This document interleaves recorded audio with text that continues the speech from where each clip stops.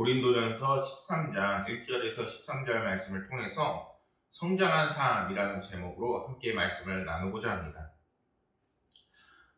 이제 31일부터 2월 2일까지 설날입니다. 여러분들은 설날이 이렇게 돼서 어떤 것들을 생각하고 또한 어떤 것들이 이 설날에 중요한 점이 되어 계십니까? 사람들이 어떤 것들을 이 설날 때 가장 핫한 키워드, 이슈라고 생각하나 한번 살펴보니까 2022년도에 3월 9일에 있는 대선에 대해서 오히려 많은 뉴스가 나왔더라고요. 그리고 그것과 마찬가지로 또 가장 이슈가 되는 것은 코로나 사태. 어제 29일 0시 기준으로 17,542명이 코로나 확진자였습니다. 정부는 오는 카페에서 이제 17일부터 다음 달 6일까지 3주 동안 사적 모임은 6명, 그리고 식당, 카페 영업하는 제한 시간을 9시로 정했습니다. 그러니까 사회적 거리두기 방안이 이제 사람들에게서 어떻게 하는 건지 이제 그게 중점 사안이 된 것이죠. 이제 설날이 되었음에도 코로나 바이러스 때문에 이제 사람들이 너무나도 가까이 가지 못하고 가족들이 모이는 명절임에도 만나지 못하는 안타까움이 지금 일어나고 있는 것이죠. 뿐만 아니라 이제 3월에 있는 대선 때문에 사람들 마음은 싱숭생숭한 겁니다. 지금까지 우리나라가 하나님의 은혜로 더 잘 왔지만 앞으로도 더 잘 가야 하고, 또한 어떤 리더자가 뽑히느냐에 따라 저희들의 삶이 많이 변하기 때문에 정말 좋은 리더자가 뽑히기 위해서 지금 사람들의 마음이 정말 불안하고 또 싱숭생숭하고, 그러면서 설날이 설날 같지 않는 분위기가 잡혀 있는 것입니다. 설날에 이제 그 의미가 무엇일까 한번 살펴보다가 백과사전을 봤어요. 백과사전을 보니까 설이라는 그 말의 유래가 다양하게 있다는 것을 확인했습니다. 그 설이라는 말의 유래가 정확하게 밝혀져 있지는 않지만 한 몇 가지로 보자면은 삼간다라는 뜻으로 새해 첫날에 1년 동안 아무 탈 없이 지내게 해달라는 그 바람에 그 설날의 의미를 담는다는 의미 유래가 있습니다. 그리고 섬다라는 뜻의 유래의 뜻으로 해가 지남에 따라 점차 늙어가는 처지에 서글퍼하는 뜻에서 생겨나는 견해가 또 있습니다. 또 어떤 것이 있느냐, 설다, 낯설다라는 의미로 시간의 주기에 익숙하지 않다는, 그리워하여 완전하지 않다는 의미에서 생겨난 견해가 있습니다. 한 해를 새로운 해로 서다라는 의미가 있다는 것이죠. 마지막으로 설이라는 말이 이제 17세기 문헌에 나이, 해를 뜻하는 말로 쓰여지는 것으로 보아서 이제 나이를 한 살 더 먹는다라는 견해도 있습니다. 여러분들은 이제 설날을 보내고 또한 이제 한 해를 이제 본격적으로 시작하면서 이제 우리가 그동안 쭉 하나님의 그 의의 면류관을 바라보고 또한 하나님께서 우리와 함께 하시는 놀라운 은혜가 2022년도에도 있게 해달라고 간절히 소망하고 그 안에서 여러분들의 삶의 계획을 세우셨을 것입니다. 그런데 그러한 삶을 보내기 위해서는 우리가 더욱더 하나님을 닮아나가고 예수님을 닮아나가는 성숙된 삶이 필요합니다. 왜냐하면은 2022년도에도 우리가 지금처럼 설날부터 우리가 예기치 못한 이런 상황, 그리고 또한 우리를 힘들게 하는 굉장히 많은 문제들이 있을 것입니다. 근데 그런 상황 속에서 우리가 어떠한 모습으로 주님을 따라 나가고 또한 주님과 함께 나아가는 삶이 되어야 할지를 우리 이 시간 함께 나누어 보려고 합니다. 오늘의 말씀의 제목은 성숙한 삶입니다. 성숙한 삶이란 이제는 나의 삶으로 내가 살던 방식대로 그리고 내가 편한 대로 살아나가는 삶이 아닙니다. 성숙한다는 삶은 이제는 이 세상의 이치를 깨닫고 그리고 거기에 대해서 하나님께서 바라시는 그 삶의 원리를 이제는 지켜나가는 삶인 것입니다. 예수 그리스도를 닮아 나가는 삶이요. 이제는 그러한 삶을 이제는 나의 삶에서 실천해 나가는 삶이 성숙된 삶이라고 이야기할 수 있습니다. 아인슈타인의 겸손이라는 글을 보게 되었습니다. 상대성 이론을 발견하고 과학적인 사고에 혁명을 일으킨 천재 아인슈타인은 평소에도 겸손했는데 그는 대자연 앞에서 자신은 미약한 존재에 지나지 않는다는 것을 굉장히 강조했습니다. 어느 날 한 제자가 아인슈타인에게 물었습니다. 선생님, 그 많은 학문과 지식은 어디에서 옵니까? 라고 질문을 하니까 그러자 아인슈타인은 잠시 생각에 잠기더니 실험실에 있는 물에 손가락을 적신 뒤에 한 방울의 그 물을 이제 톡 하고 떨어뜨렸다는 것입니다. 그리고 나의 학문을 바다에 비유한다면 이 작은 물에 지나지 않는다라고 이야기했습니다. 그 상대성 이론을 밝히고 굉장히 유능하고 똑똑했던 아인슈타인도 하나님의 그 앞에서 천지를 만드신 여호와 앞에서 자신의 그 지식이 천지에 있는 물 한 방울과 같다라고 이야기하고 있다는 것이죠.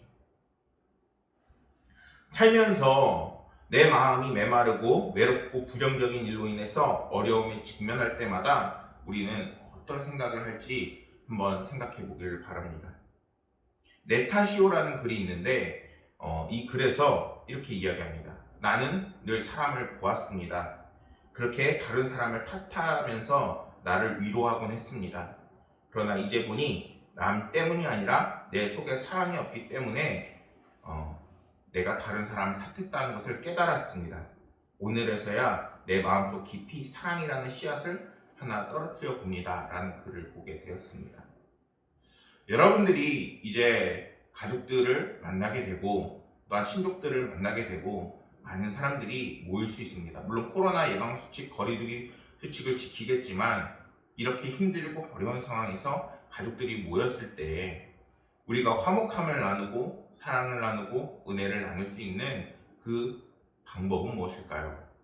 이제는 나의 힘으로, 나의 능력으로 이제는 우리의 삶을 진행하는 것이 아니라 하나님의 모습을 닮아나가며 하나님께서라면, 예수님께서라면 우리가 우리에게 어떻게 사랑을 베풀었을까 하는 그런 성숙된 생각과 마음과 자세가 우리 가운데 있어야 한다는 것입니다. 오늘 말씀에서는 성경이 두 가지 예를 사용하면서 그 사랑의 탁월함에 대해서 말씀하고 있습니다. 11절 말씀을 보면은 아이 때와 장성한 사람이 돼서 말과 지식과 생각의 차이를 말씀하고 있고 12절 말씀에서는 불완전한 거울을 통해서 사물을 보는 것과 직접 사물을 보는 것의 그 차이를 언급하며 우리에게 사랑의 모습을 따라 이렇게 살아야 함을 말씀하고 있습니다. 11절 말씀에서 어린아이와 같다라는 말씀을 3번이나 반복하고 있는데 거기에서 말하는 것이, 깨닫는 것이, 생각하는 것이 이제는 우리가 아직 미성숙함을 먼저 지적하고 있는 것입니다. 그리고 이러한 말하는 것과 깨닫는 것, 생각하는 것이 이제는 우리가 더욱더 예수 그리스도를 닮아나가 성숙한 삶을 나아가야 한다고 성경은 이야기하고 있는 것이죠. 그래서 이 본절 후반부에는 장성한 사람의 그 특징에 대해서 강하게 이야기하며 비교하고 있습니다. 장성한 사람은 이제 히브리어로 아르네라는 단어를 사용했는데 일반적으로 성인을 가리키는 표현입니다.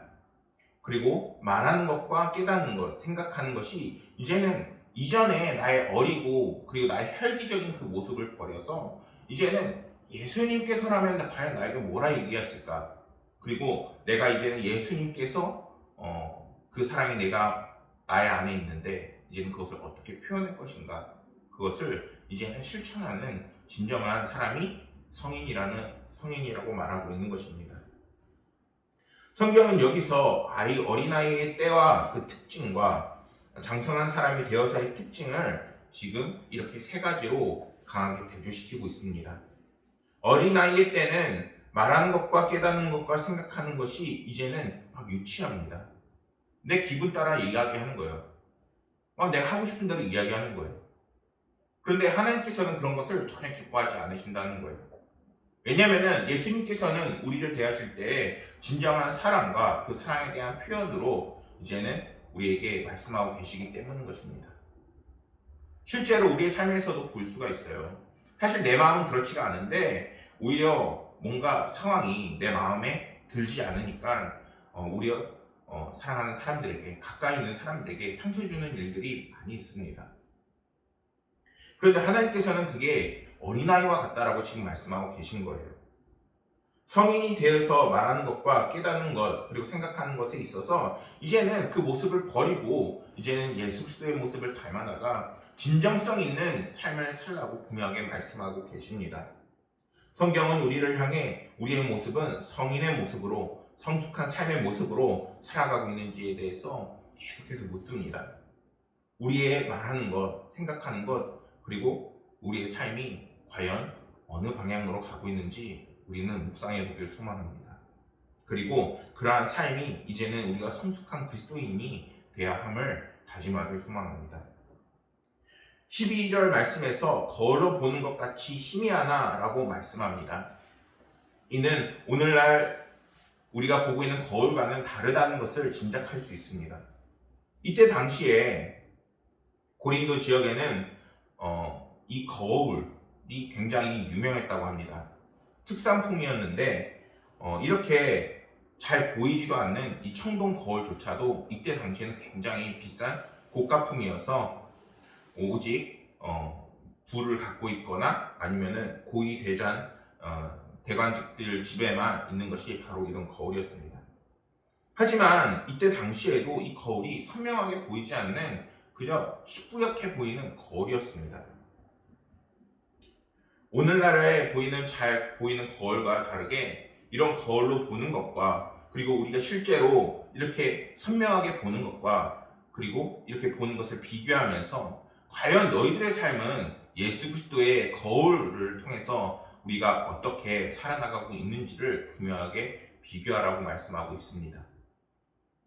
사실 이 말씀을 묵상하는데 굉장히 떳떳하지 못했어요. 왜냐면은 이제 사역자고 말씀을 묵상하는데 조금만 수가 틀리면은 이게 잘 반응하고 싶지가 않은 거예요. 조금 더 인내하고, 조금 더 양보하고, 조금 더 예수 그리스도가 잘 증거될 수 있도록 가까운 사람, 가족들에게, 친구들에게, 그리고 더 많은 사람들에게, 성도들에게 그 사랑을 베풀어야 하는데 잘 안 되는 거예요.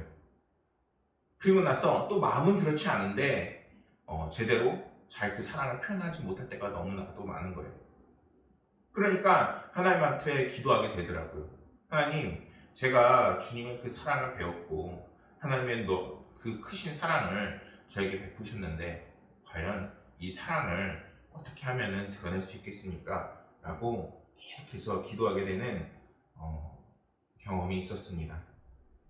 그런데 우리는 이러한 경험이나 묵상이나 그런 데서 멈추는 것이 아니라 이제는 주님의 그 사랑을 깨닫고 말하는 것이나 생각하는 것이나 행동하는 것이 이제는 예수 그리스도의 그 은혜를 닮아나가는 인생과 성숙된 삶이 되어야겠습니다.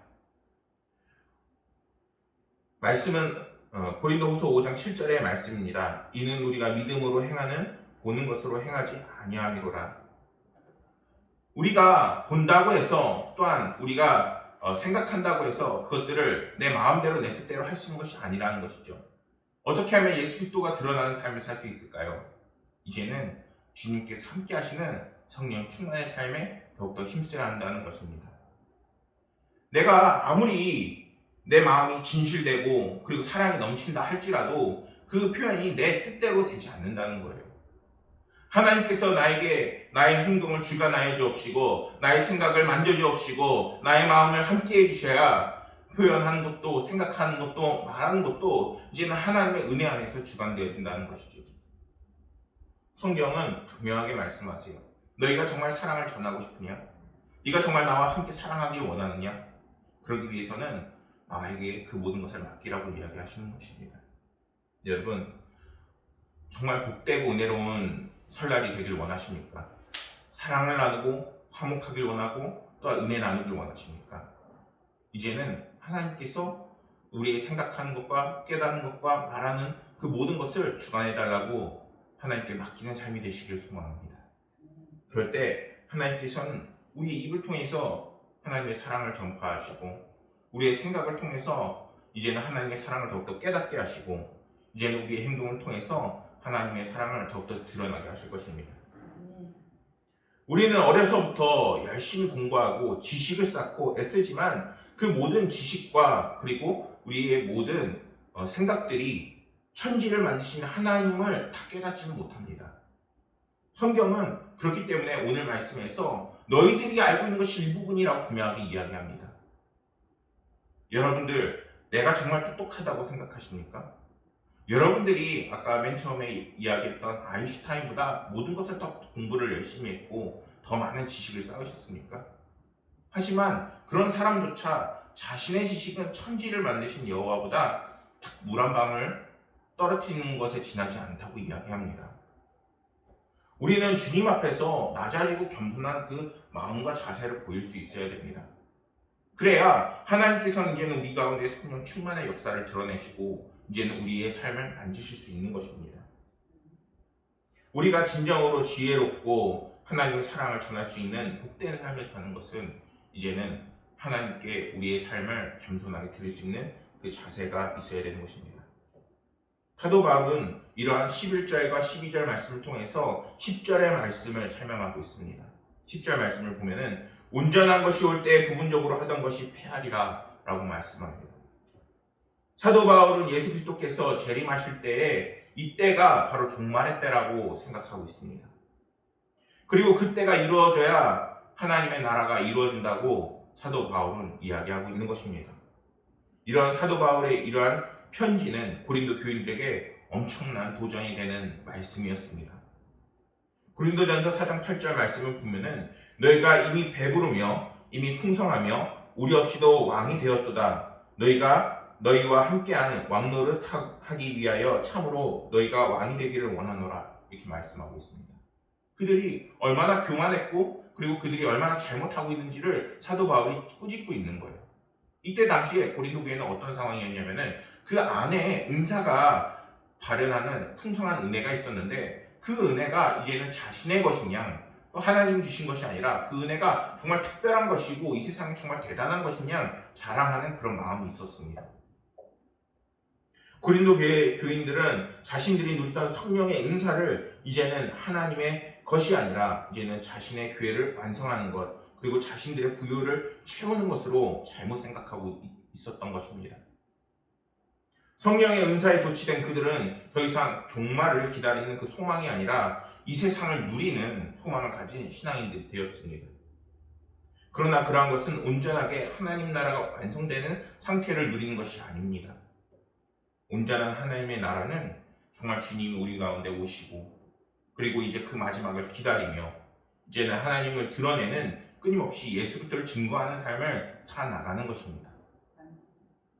그렇게 우리 사람은 역사가 종말을 맞이해 질주해 나가는 그러한 과정 속에서 이제는 더욱더 하나님을 드러내고 하나님의 그 말씀에 이제 순종된 삶을 살아나갈 때에 하나님께서는 우리를 통하여서 놀라운 사랑의 은혜를 펼치시게 되는 것입니다.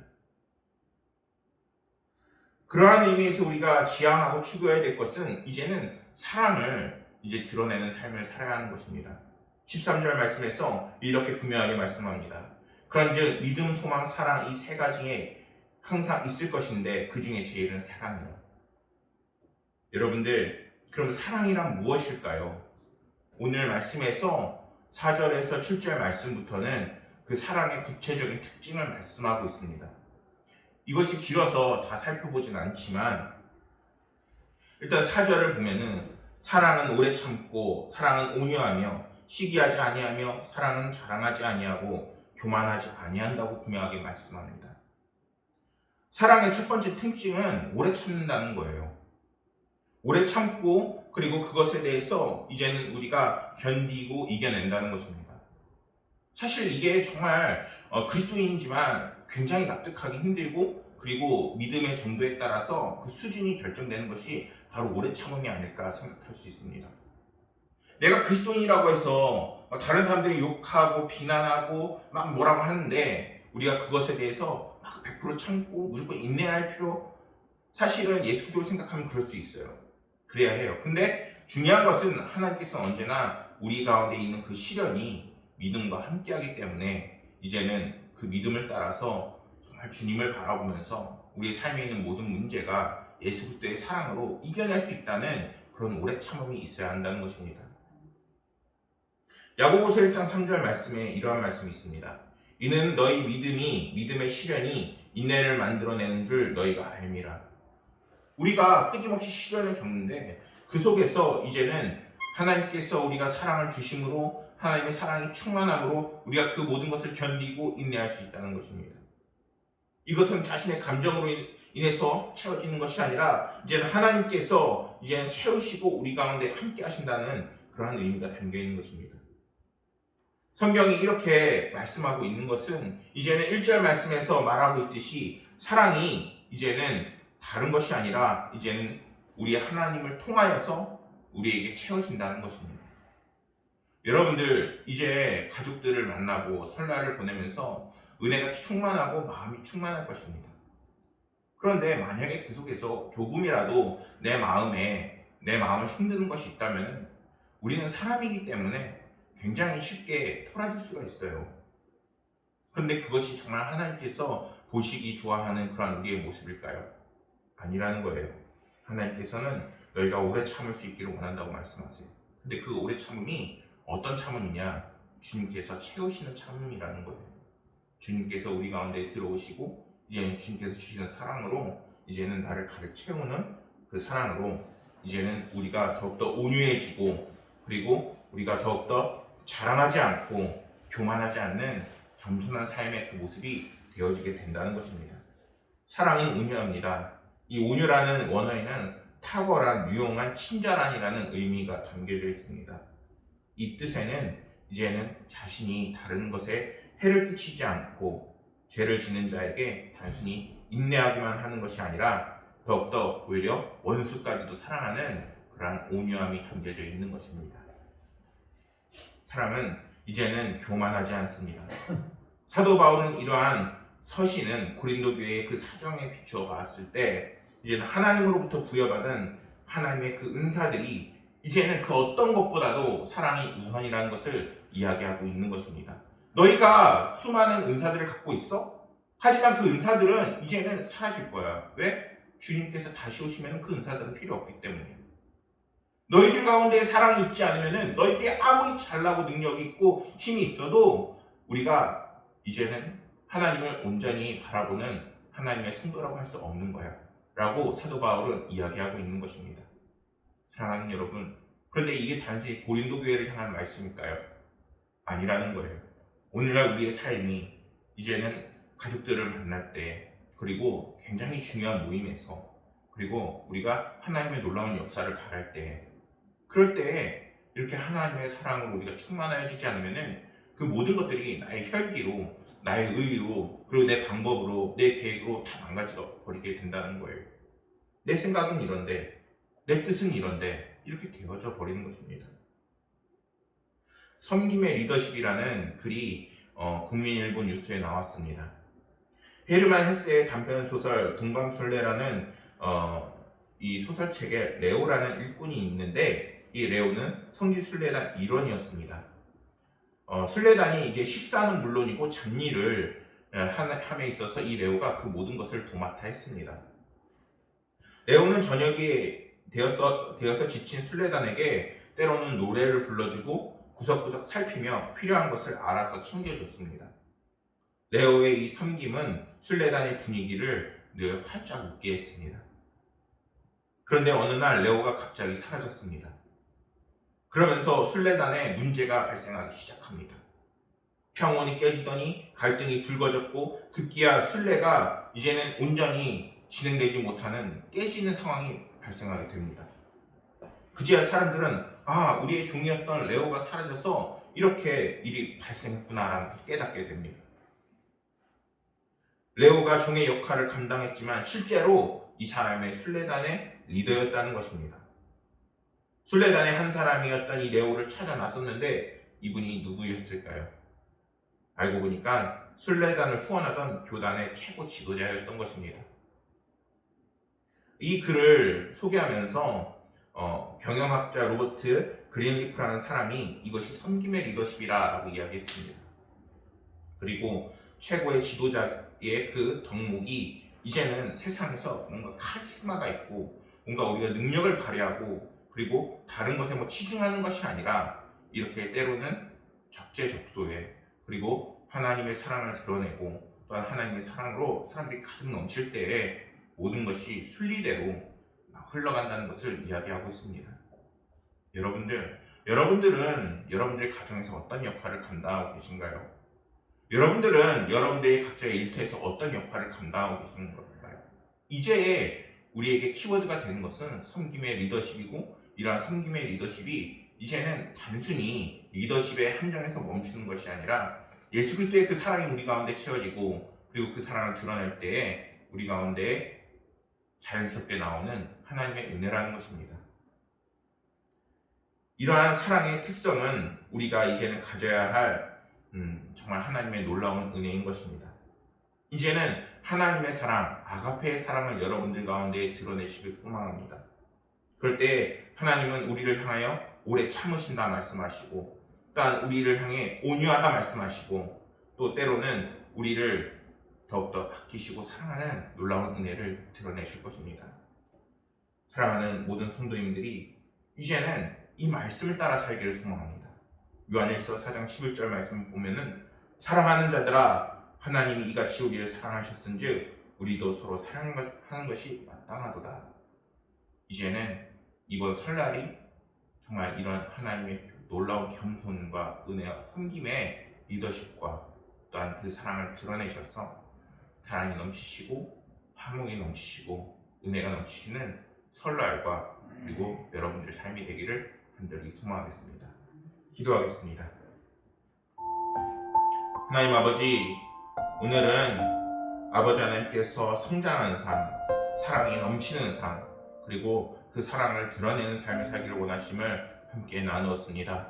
아버지 하나님께서 우리 모든 성도들 하나님의 은혜와 사랑 안에서 머무는 것이 아니라 그 사랑을 드러내고 이제는 주를 증거하고 사랑이 넘치는 삶이 되게 하여 주옵소서.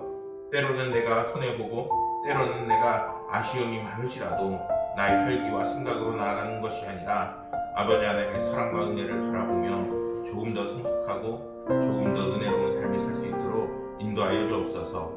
하나님 아버지께서 저희들의 삶을 이제는 가르치시고 인도하시고 보호하시고 함께 하실 것을